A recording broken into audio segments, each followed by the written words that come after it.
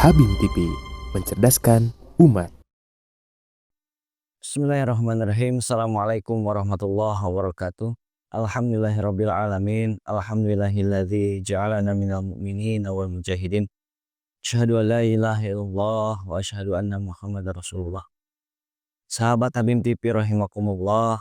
Alhamdulillah dalam nuansa penuh kebahagiaan di bulan suci Ramadan ini kita bisa kembali hadir silaturahim dalam rangka mendekatkan diri dalam Islam itu sendiri, sehingga kita menjadi orang-orang yang betul-betul mengerti terhadap agamanya, terhadap ideologinya itu sendiri.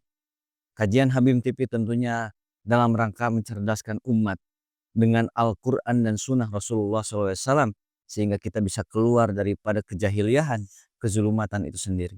Mudah-mudahan Allah senantiasa merahmati kita, memberikan keberkahan atas silaturahmi kita lewat video ini.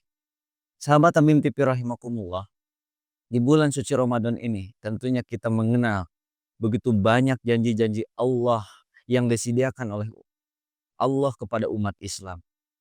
Baik itu janji kemenangan, janji keselamatan yang Allah telah hadirkan di bulan suci Ramadan itu sendiri. Para nabi dan rasul, khususnya nabi kita Nabi Muhammad SAW telah membuktikan bagaimana Ramadan menjadi momentum untuk bisa menghadirkan kemenangan-kemenangan Islam itu sendiri. Perang Badar dan juga perang-perang lainnya, termasuk Futuh Mekah, adalah momentum-momentum kemenangan Islam yang dibuktikan oleh Rasulullah dan umat Islam pada saat itu. Tinggal yang menjadi masalah, apakah kita hari ini termasuk orang yang mendapatkan janji Islam tersebut, janji Allah tersebut atau tidak. Sahabat Habib TV rahimakumullah, bulan Ramadan sebagaimana dalam surat Al-Baqarah ayat 185 disebutkan, A'udzubillahi minasyaitonirrajim, bismillahirrahmanirrahim, syahrul Ramadan alladzi unzila fihil Qur'an hudal linnas wa bayyinatin minal huda wal furqan. Bahwa Ramadan ini Allah berikan tema sebagai syahrul Quran, yakni bulan diturunkannya Al-Quran. Artinya bagaimana di bulan Ramadan ini harus menjadi momentum bagi kita untuk mendapatkan janji Allah, di mana hati kita menjadi wadah, menjadi tempat bersemayamnya Al-Quran. Turunnya Al-Quran di sini bukan berarti kita mendapat wahyu yang baru, mendapat ayat yang baru. Tapi turunnya Al-Quran dalam konteks hari ini adalah bagaimana Al-Quran menjadi sebuah petunjuk, menjadi sebuah cahaya yang membimbing kita, memberikan petunjuk kepada kita mana benar, mana salah, mana halal, mana haram, mana baik, mana buruk. Sahabat Habib TV rahimakumullah, Al-Quran diturunkan dalam rangka mengeluarkan manusia daripada kebodohan, daripada kejahiliahan dan kezulumatan itu sendiri. Wa in kanu min qablu lafi dhalalim mubin. Sebelum Allah menurunkan Al-Quran di Gua Hiro terutama, manusia dalam keadaan dhalalim mubin, dalam kesesatan dan dalam kejahiliahan itu sendiri. Maka Al-Quran hadir untuk memberantas kebodohan itu. Al-Quran hadir dalam rangka menghilangkan kebodohan yang terjadi pada umat manusia. Meskipun pada dasarnya betul manusia tidak ada yang bodoh. Manusia sama-sama memiliki potensi sam'a, absar, wal afidah, pendengaran, penglihatan dan hati. Tentu manusia semuanya berpotensi untuk cerdas, untuk pintar. Khususnya pintar dan cerdas dalam memahami agama Allah Subhanahu wa Ta'ala. Meski pada akhirnya, pada faktanya, ada manusia yang telah diberikan potensi oleh Allah, tapi ia membodohi dirinya sendiri. Kita kenal figur yang menjadi manusia terbodoh di dunia ini ketika turunnya Al-Quran zaman Nabi Muhammad SAW, dikenal dengan seseorang yang bernama Umar bin Hisham. Dia adalah seorang tokoh yang begitu terkenal, seorang pemimpin yang begitu disegani pada saat itu, memiliki kepintaran dan kecerdasan yang diakui oleh masyarakat. Bahkan Umar bin Hisham ini mendapat gelar dari masyarakat pada saat itu sebagai Abul Hakam, atau orang-orang yang mengerti terhadap hukum. Ada juga yang mengatakan sebagai negarawan itu sendiri. Tapi pada akhirnya ketika Al-Quran turun, Umar bin Hisham justru oleh Allah dan Rasulnya disebut Abu Jahal sebagai bapaknya kebodohan. Kenapa? Bukan karena ia bodoh secara matematis. Bukan karena ia bodoh dari hal-hal keilmuan dunia.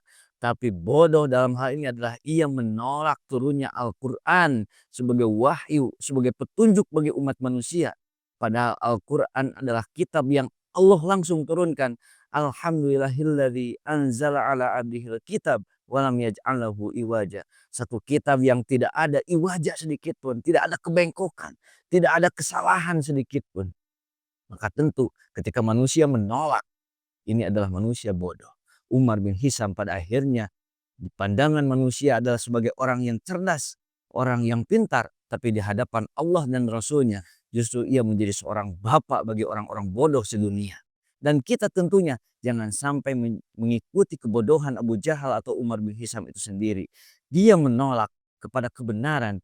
Dalam keterangannya, Umar bin Hisam ini menolak bukan karena tidak yakin kenabian Nabi Muhammad. Bukan karena meragukan Al-Quran. Justru dalam satu riwayat, khususnya dalam keterangan Al-Akhnaf, disebutkan bahwa Umar bin Hisam suatu kali pernah mengendap-endap untuk mendengarkan bacaan Quran Rasulullah SAW. Sampai pada akhirnya ketika mengendap-endap, ternyata ia menemukan kawannya yang sama-sama mendengarkan Al-Quran secara sembunyi-sembunyi, yakni Abu Lahab dan Abu Sufyan. Mereka bertiga terkaget-kaget karena sama mendapati ternyata satu kawannya sama-sama tertarik kepada Quran. Sampai Abu Lahab berkata kepada Abu Jahal, "Ya Umar bin Hisam, kenapa engkau menolak kepada kenabian dan risalah Muhammad padahal ini sudah jelas ada sebuah kebenaran?" Maka Abu Jahal atau Umar bin Hisam berkata, "Dulu keluarga kami dan keluarga Abdul Manaf atau kakek buyut Rasulullah selalu bersaing. Ketika mereka memberi makan jamaah haji, kami pun melakukan hal itu. Ketika mereka melakukan kebaikan di masyarakat, kami pun melakukan itu. Kami dengan keluarga Abdul Manaf selalu bersaing untuk mendapatkan kemuliaan di hadapan masyarakat. Tapi setelah datang Muhammad, mereka keluarga Abdul Manaf berkata, kami di sisi keluarga kami ada seorang nabi dan rasul. Dan bagaimana kami sebagai saingannya bisa menerima eksistensi Muhammad dan risalahnya?" Di sini tergambarkan ternyata yang menjadi faktor Umar bin Hisam atau Abu Jahal menolak kepada risalah ini karena keegoisan itu sendiri. Karena ia merasa lebih daripada Nabi Muhammad baik secara harta, secara jabatan dan sebagainya. Sehingga akhirnya ia menolak kebenaran yang datang dari Allah dan Rasulnya. Sahabat Abim Tipi rahimakumullah. Tantangan umat akhir zaman adalah atau kita sebagai umat akhir zaman, dalam hadis Rasulullah SAW disebutkan bahwa akan datang masa di akhir zaman di mana manusia akan ditipu oleh kebodohan itu sendiri. Sampai Rasulullah menyebutkan dalam hadisnya sebagai kaum Ruwaibidah, kaum yang bodoh dan juga membodohi orang lain. Dia bodoh, dia sesat tapi menyesatkan orang lain. Hal ini disebutkan dalam hadis Abu Hurairah, riwayat Ibnu Majah, dan juga riwayat dari Imam Ahmad itu sendiri. Intinya kaum Ruwaibidah ini adalah kaum yang justru mendapat urusan, memegang urusan umat, memegang urusan umum. Tapi kemudian mereka justru membodohi dan menyesatkan. Ini yang menjadi persoalan. Bahwa kebodohan umat Islam ini dibentuk, direncanakan, diprogramkan sedemikian rupa. Dan ini masalah kita semua. Bahkan dalam hadis riwayat Ahmad yang disebutkan bahwa kaum Ruwaibidah ini adalah orang-orang yang berfatwa padahal mereka bodoh terhadap agama. Sahabat Habib Tipi rahimakumullah. Kebodohan, kedangkalan dalam memahami Islam ini sudah sedemikian merebak terjadi di lingkungan kita. Bahkan menjadi masalah yang begitu nyata terpampang di hadapan kita semua. Bagaimana umat Islam hari ini justru begitu kerdil dalam memahami Islam. Cukup merasa memahami Islam. Sudah tunai kewajiban memahami Islam. Ketika datang kepada pengajian, ketawa-ketawa, pulang tanpa mendapatkan apapun. Sudah cukup, sudah merasa cukup dengan itu. Merasa sudah cukup dengan melaksanakan sholat ritual saja. Padahal Allah dan Rasulnya mengajarkan bahwa sholat harus mampu masuk kepada dimensi sosial. Tanha anil fahsyi wal munkar. Tapi faktanya memahami Islam memahami kewajiban seorang mukmin hanya cukup secara individualis tanpa ada tanggung jawab terhadap agamanya.